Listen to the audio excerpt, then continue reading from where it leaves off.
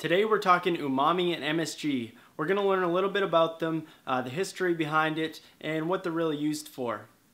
Stay tuned. Now, it's a common misconception that there's these taste maps that you learned about in 3rd grade where you can taste sour and here and bitter here and sweet at the front and salty on the sides. It's farce, not true. It also fails to cover a very important flavor that you might not have heard about. Umami, not umami.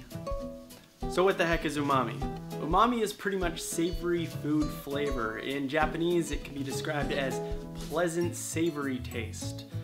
It can also be described as having a very meaty or brothy flavor. It induces salivation, and in the right concentrations, it is simply delicious. What gives it the flavor is glutamate, or glutamic acid, which is an amino acid commonly found already in mushrooms, tomatoes, your body, Parmesan cheese, very common.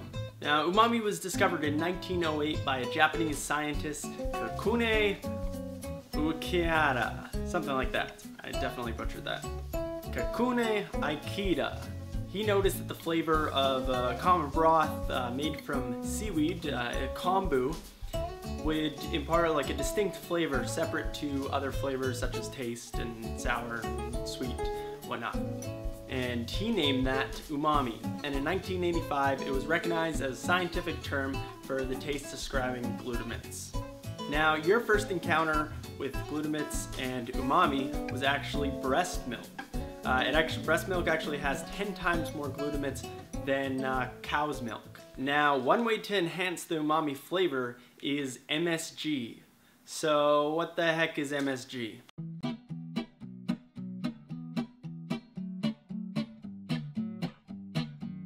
MSG, or monosodium glutamate, is simply the glutamates binded to the monosodium part. So monosodium glutamates. So it's just the glutamates attached to salt. And it's only 12% sodium. Now, you may have heard differently that MSG can give you neck pain and nausea and headaches after eating like a heavy meal of Chinese food.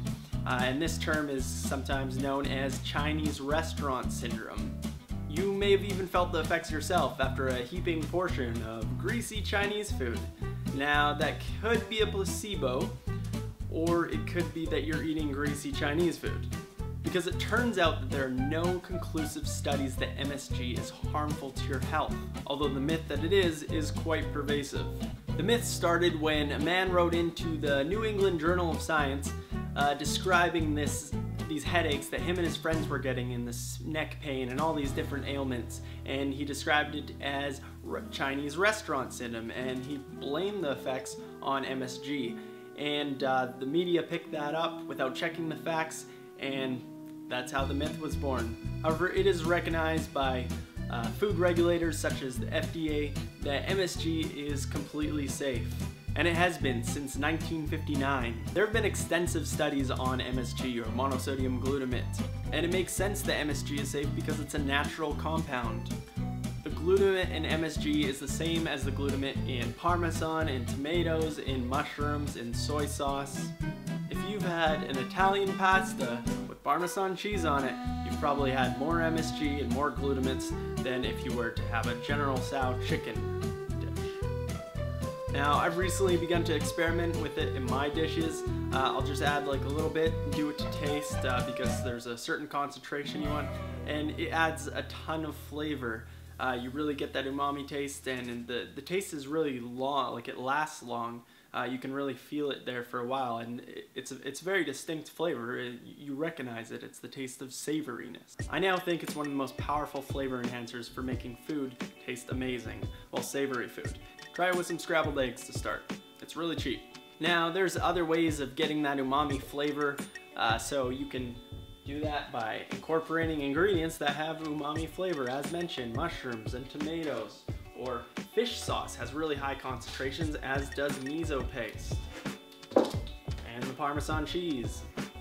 But if you just want to go simple and add a little bit of flavor, or a lot of bit of flavor, MSG. And you can find this at your Asian grocer, or at your local grocer under this brand, Ajinomoto, or Accent is another common brand. But yeah, just look in the salt section and you should be able to find it. And this was like a couple bucks. So now, don't take my word for it. Learn about it from other reliable sources. Do your own research. But I'm sure you'll come to the same conclusion that MSG is completely safe and can bring food to 11. What we do is, if we need that extra push over the cliff, you know what we do? Put it up to 11. 11, exactly. Now, this stuff is amazing for soups, for stocks, for stir fries, or little fried vegetables. Just experiment with it. It's really meant for dishes that you want to make more savory, so you're not going to be putting it on dessert, your apple pie, per se. I hope you liked this video. Leave a comment down below what your thoughts are on umami and MSG, what you would use it for. I want to know what you're thinking. If this is your first time here, please subscribe. I make cheap, healthy, and tasty meals and sometimes videos like this. So, thanks for watching. Bye, guys.